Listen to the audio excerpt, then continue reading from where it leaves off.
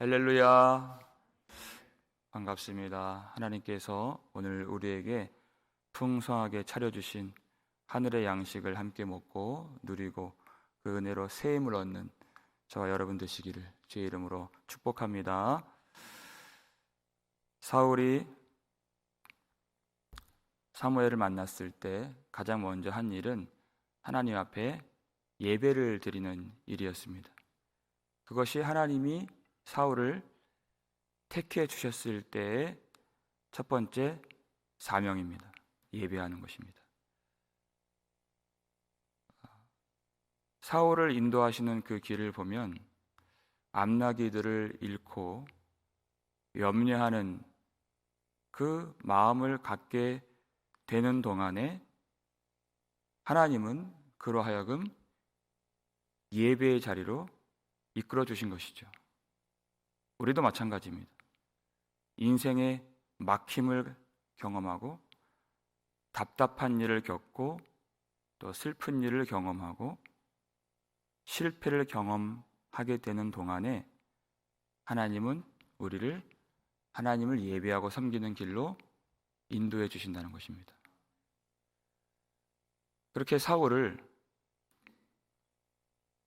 사무엘이 예배드린 후에 그 산당에 붙어있는 객실이 있는데 그 객실로 안내를 해줘요. 그런데 거기에는 이미 30명가량 되는 사람들이 기다리고 있었습니다. 24절을 보니까 우연히 그곳을 지나다가 예배를 드리는 사람들이 아니라 사무엘이 이날을 위하여서 청한 사람들이라 그랬습니다. 미리 준비했다는 것입니다. 30명. 사무엘은 지금 이 자리가 어떤 내용인지 알죠. 하나님이 이미 사무엘에게는 말씀해 주셨기 때문에 사울을 하나님이 택하셔서 그에게 기름을 부으라. 그래서 왕으로 세우라.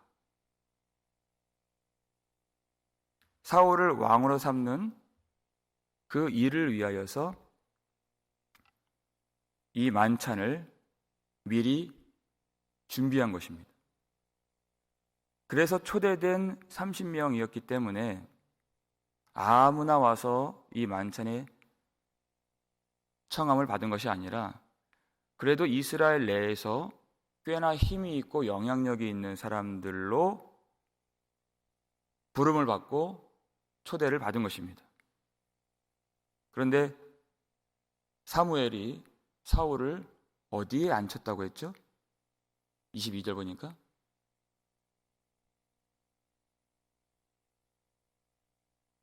상석에 앉게 하였는데 그랬어요. 가장 높은 자리에 앉게 했다. 아마 사울은 그 맥락을 이해하지 못했을 것입니다. 그는 단지 암나기들을 찾고 있었던 중이었습니다.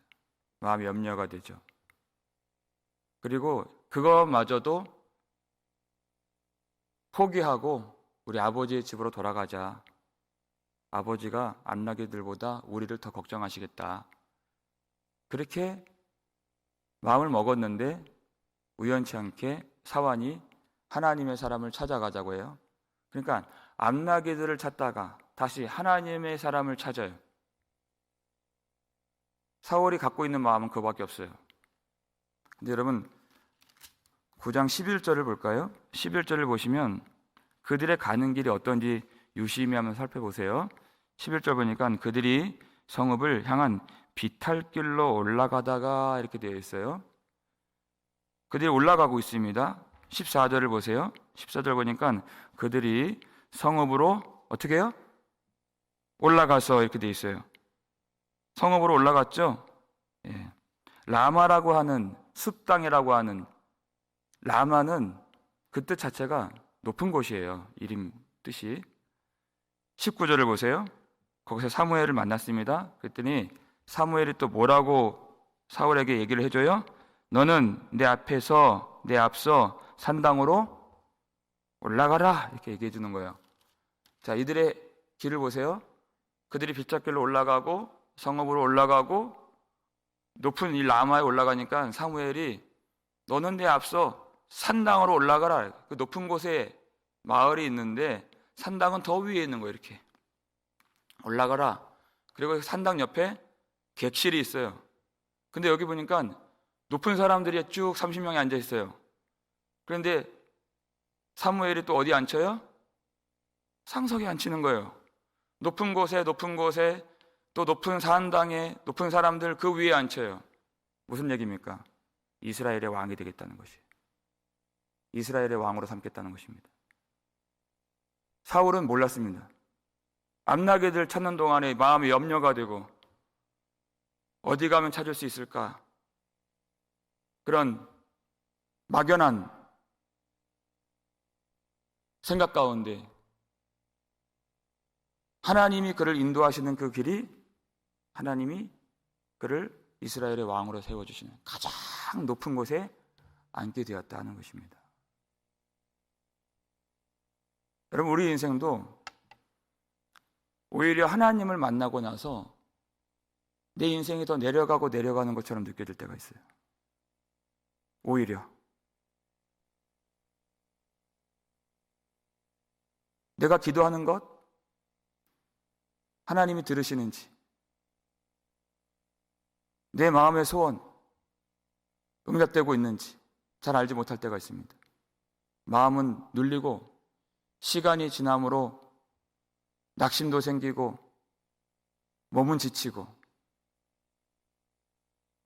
또 늙어가고 이전에 가졌던 확신도 약해지고 자신감도 떨어지고, 그런데 그렇게 되는 그 과정이, 그렇게 낮아지는 과정이 하나님이 우리를 높이시는 길이라는 것입니다. 여러분, 우리가 가장 낮아지는 모습이 무엇입니까? 죽음이죠. 우리는 죽음을 향해 가는 거예요. 그런데 그 죽음의 길로 들어서야 하나님이 우리를 부활하게 하시는 가장 높은 길로 가는 그 길이 바로 죽음이라는 것입니다. 이 하나님의 길이에요. 하나님은 우리의 그 모든 자존심의 꽃이 떨어져야, 내 힘으로 할 수 있다 하는 것이 다 벗어져야 하나님이 우리를 가장 높은 곳에 올리시고 높여주시는 것입니다. 여호와는 어떤 분이세요?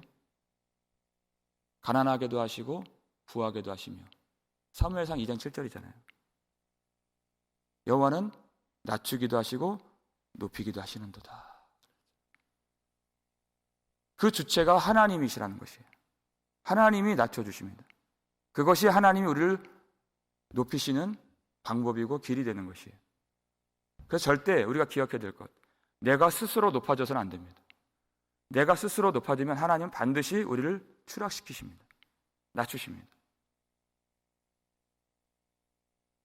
하나님은 다윗 왕 다음에 하나님이 정하신 왕이 있었어요. 밧세바를 통해서 낳은 솔로몬이죠. 하나님의 뜻이에요.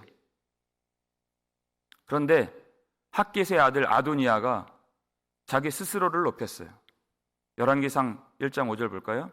읽겠습니다. 그때 핫깃의 아들 아도니아가 스스로 높여서 이르기를 내가 왕이 되리라 하고 자기를 위하여 병거와 기병과 호위병 50명을 준비하니. 자기를 위하여, 자기가 스스로 높아져서 내가 왕이 되리라 그랬어요. 자기가 계산을 해보니까 자기 앞에 있는 형 암논도 죽었어요. 그리고 자기 앞에 있는 압살롬도 죽었습니다. 할만한 거예요.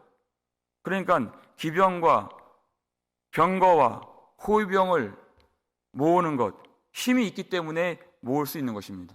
영향력이 있었어요. 거기다가 요압 장군이 그에게 붙고 아비아달 제사장이 그에게 붙었어요. 할만한 거예요. 그런데 하나님이 허락을 안 하시죠. 하나님이 솔로몬을 왕으로 세우셨어요. 그리고 그에게 회개의 기회를 주셨습니다. 용서해 줬습니다. 그런데 그가 끝까지 다윗을 섬긴 그 아비삭을 구하다가 그 속에 있는 그 정욕과 탐심을 보고 그를 죽이잖아요. 자기 스스로 높아진 자들은 하나님 반드시 낮추십니다. 그런데 하나님의 뜻을 따라서 낮아진 자들은 하나님이 그를 높여주시고 가장 높은 영광의 자리를 차지하게 만들어주신다는 것이에요. 이것을 사울은 끝까지 기억해야 했고 그 도전은 우리에게도 적용이 되는 것입니다. 우리가 그것을 기억해야 한다는 것이에요. 반드시 낮아져야 하는 것. 그래야 하나님이 높이시는 영광을 우리가 맛볼 수 있다는 것입니다. 그 상석에서 그가 어떤 일을 경험했습니까? 우리 23절 말씀 읽겠습니다. 사무엘이 요리인에게 이르되 내가 내게 주며 내게 두라고 말한 그 부분을 가져오라. 그래요. 재밌는 단어가 나오죠. 요리인에게 이미 먼저 주문을 했던 그것을 가지고 오라. 그래요. 자, 여기서 요리인이라고 하는 것은 음식을 맛있게 만들어서 제공하는 그런 사람을 말하는 것이 아닙니다. 타바흐라고 하는 단어인데요. 이것은 도살자란 뜻이에요. 당시에 지금처럼 그런 셰프가 있는 것도 아니고 고기를 도살하는, 짐승을 도살하는 그런 사람이에요. 당시에는 성전 시대 이전에는 고기를 먹을 수 있는 기회가 언제밖에 없느냐? 하나님께 제사를 드리는 일 외에는 고기 먹을 기회가 없어요. 제사를 드리고 난 후에 사람들에게 주어진 그 분깃을 먹을 수가 있었는데 그것을 각을 뜨고 그 부위를 그렇게 굽는 그 사람이 요리인입니다. 그래서 이 요리인이 미리 주문을 받은 그것을 이제 제공하는 것이에요. 24절을 볼까요? 읽겠습니다. 요리인이 넓적다리와 그것에 붙은 것을 가져다가 사울 앞에 놓은지라. 사무엘이 이르되 보라, 이는 두었던 것이니 내 앞에 놓고 먹으라. 내가 백성을 청할 때부터 너를 위하여 이것을 두고 이때를 기다리게 하였느니라. 그날에 사울이 사무엘과 함께 먹으니라. 이렇게 되어 있어요. 자, 넓적다리와 그것에 붙은 것을 미리 준비시키고 사울이 사무엘과 함께 먹었다. 이게 중요한 것입니다. 넓적다리가 무엇인가? 여러분 레위기 7장 32절을 볼까요? 읽겠습니다. 또 너희는 그 화목제물의 오른쪽 뒷다리를 제사장에게 주어 거제를 삼을지니. 그랬습니다. 여러분 화목제물이 무엇입니까? 하나님과 화평케 되고 하나님과 교제가 이루어지고 죄로 끊어졌던 그 백성들과 하나님과 연합이 되는 그 은혜를 사모하며 화목제물을 드리는 것이에요. 그것이 회복되었다고 하는 증거로서 하나님이 화목제물의 분깃을 백성들과 함께 나누도록 하셨습니다. 그런데 특별히 오른쪽 뒷다리를 누구에게 주세요? 제사장에게 주시는 것이에요. 가장 좋은 부위입니다. 하나님의 일을 위해서 헌신하고 수고를 다한 제사장들에게 오른쪽 뒷다리를 주는 것이에요. 그러니까 이 부위는 사무엘에게 주신 분깃이에요. 하나님이 주신 것입니다. 그런데 그 분깃을 누구에게 돌립니까? 같이 먹는 거예요. 사울하고. 하나님이 주신 것을 한 상에 둘러앉아 사울과 함께 가장 높은 곳에서 먹는 것입니다. 그 그림이에요. 사울은 항상 이 그림을, 이 모습을, 이 교제를 기억해야 했다 하는 것입니다. 얼마나 큰 은혜입니까? 가장 높은 곳에서 하나님이 주시는 것을 함께 먹는 거예요. 보통의 특권과 지위가 아니죠. 그것은 하나님과 이 관계가 연합이 되고 회복이 되고 은혜 가운데에서 화평케 되었다 하는 그 증거로서 주어진 분깃입니다. 이것을 함께 먹는 것이. 이것을 먹어야 하나님의 은혜가 날마다 보존되고 하나님의 인도하시는 그 은혜 가운데에서 이 국정과 나라와 백성들을 잘 돌보고 살필 수가 있는 것입니다. 이 왕과 제사장이 하나가 되어서 함께 먹는 이 일을 통해서 하나님이 이 나라를 다스려 주시겠다 하는 것입니다.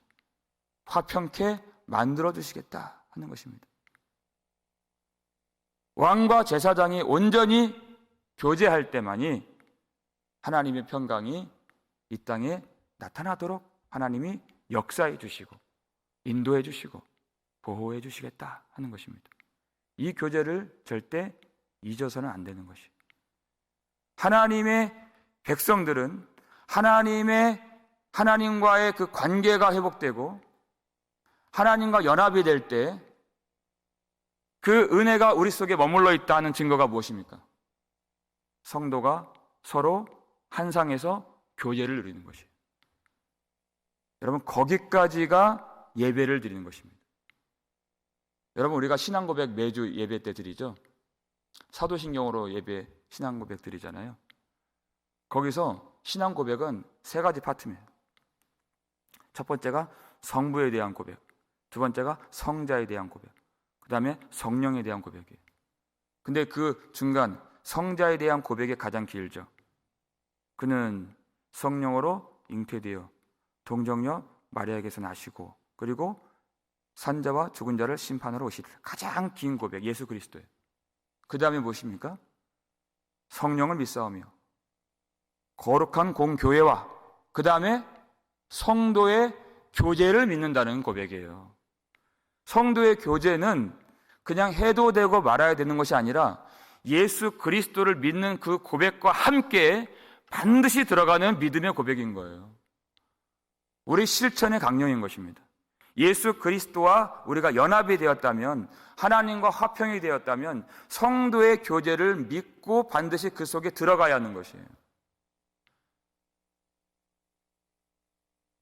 성도의 교제 속에 가장 높은 곳에서 하나님이 주신 분깃과 은혜를 함께 나누고 먹는 자들만이 하나님의 백성이라는 것입니다. 그때 하나님의 평강을 누릴 수가 있다는 것이에요.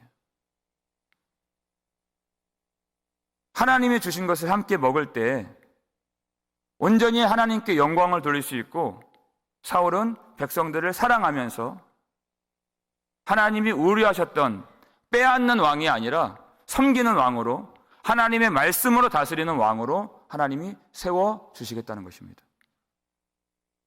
하나님이 주신 것을 함께 먹을 수 있어야 되는 것이에요. 초대교회 성도들은 그래서 처음 하나님이 성령을 통해서 교회를 태동케 해주셨을 때 이 일을 가장 중점적으로 여기고 힘을 썼습니다. 사도행전 2장 42절 말씀이죠. 읽겠습니다. 그들이 사도의 가르침을 받아 서로 교제하고 떡을 떼며 오로지 기도하기를 힘쓰니라. 아멘. 여기까지가 예배라는 것이에요. 그냥 종치고 축도하고 예배가 끝이 아니에요. 사도의 가르침을 받아서 교회의 전통을 따라서 하나님의 말씀을 받들어 서로 교제하고 떡을 떼며 오로지 기도하기를 힘쓰니라. 여기 힘쓰니라고 하는 단어는 교제와 떡 떼는 것, 기도에 다 걸려 있는 것이에요. 교제하고 떡 먹는 것도 힘을 썼다는 것입니다. 오로지 힘을 썼다. 하나님께 봉사했다. 우리가 하나님을 섬긴다는 것은, 하나님을 예배한다는 것은 성도들과 함께 교제하고 떡을 떼는 일에도 힘을 썼다 하는 것입니다. 그것이 하나님을 섬기는 거예요. 성도들과 교제하기를 힘쓰는 것은 하나님께 힘쓰는 것이고 하나님을 섬기는 것입니다. 46절 볼까요? 읽겠습니다. 날마다 마음을 같이하여 성전에 모이기를 힘쓰고 집에서 떡을 떼며 기쁨과 순전한 마음으로 음식을 먹고. 아멘. 그랬어요. 날마다 마음을 같이하여서 성전에 모이기를 힘쓰고 집에서도 떡을 떼며 기쁨과 순전한 마음으로 음식을 먹고. 이것이 하나님이 이미 우리를 가장 높은 곳으로 인도하시고 영광의 자리를 차지하게 하신 백성들이 하나님이 주신 그 분깃과 은혜와 복과 생명을 나누고 누리는 천국 백성의 모습이라는 것입니다. 지금 사울과 사무엘은 천국 잔치를 예고하는, 하나님의 백성의 모습을 형상하는 그런 환상에서의 이 식탁 교제를 우리에게 보여주고 있는 것입니다. 어디에서요? 가장 높은 곳에서.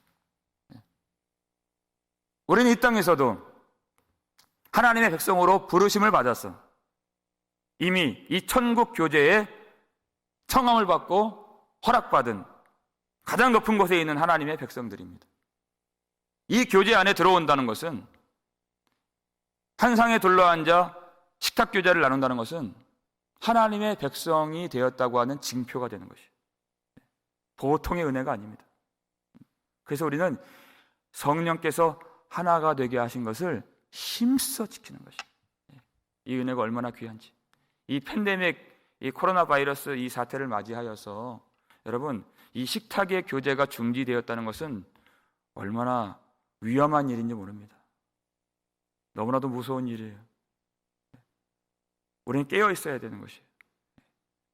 하나님이 주신 가장 높은 곳에서 이 천국 잔치를 날마다 마음을 같이 하여서 맛볼 수 있도록 교회를 허락해 주시고 성도들을 이렇게 불러 모아 주셨는데 1년 넘도록 이 교제가 끊어졌다 하는 것은 정말 마지막 때가 가까이 왔고 우리가 정신을 차려야 된다, 그 뜻이에요.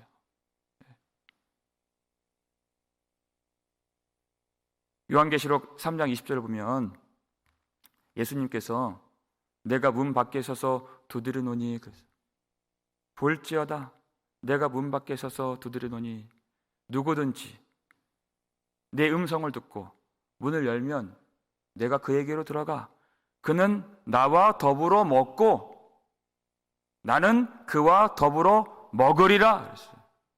이것이 천국 잔치인 것입니다.